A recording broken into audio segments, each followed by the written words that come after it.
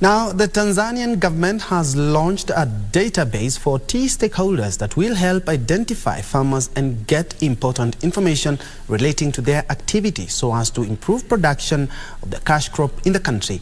The database will also help to know the size of their farms and the distance from their farms to the factory, as well as knowing what they produce. Here are more details of this story and other stories in our African Business News Wrap. The Minister for Agriculture, Hussein Bashe, says the database will improve tea production by providing farmers access to information such as better farming methods and appropriate data on tea harvests.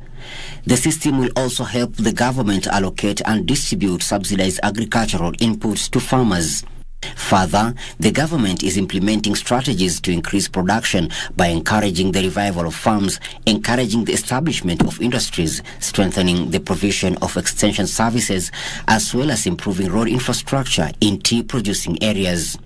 Meanwhile, the rush by exploration companies searching for oil and gas deposits in northern Zimbabwe has raised concerns over possible neglect of the environment, with activists fearing that lack of accountability will spawn a resource curse. Invictus Energy, a firm listed on the Australia Securities Exchange, announced that samples from its first test well near the Mozambican border with Zimbabwe confirmed the presence of light oil, gas condensate and helium. Although the exploration of oil and gas is still at an early stage, observers say Zimbabwe's lack of strong instruments to enforce accountability in the extractive sector will make it difficult for the country to benefit from the resource.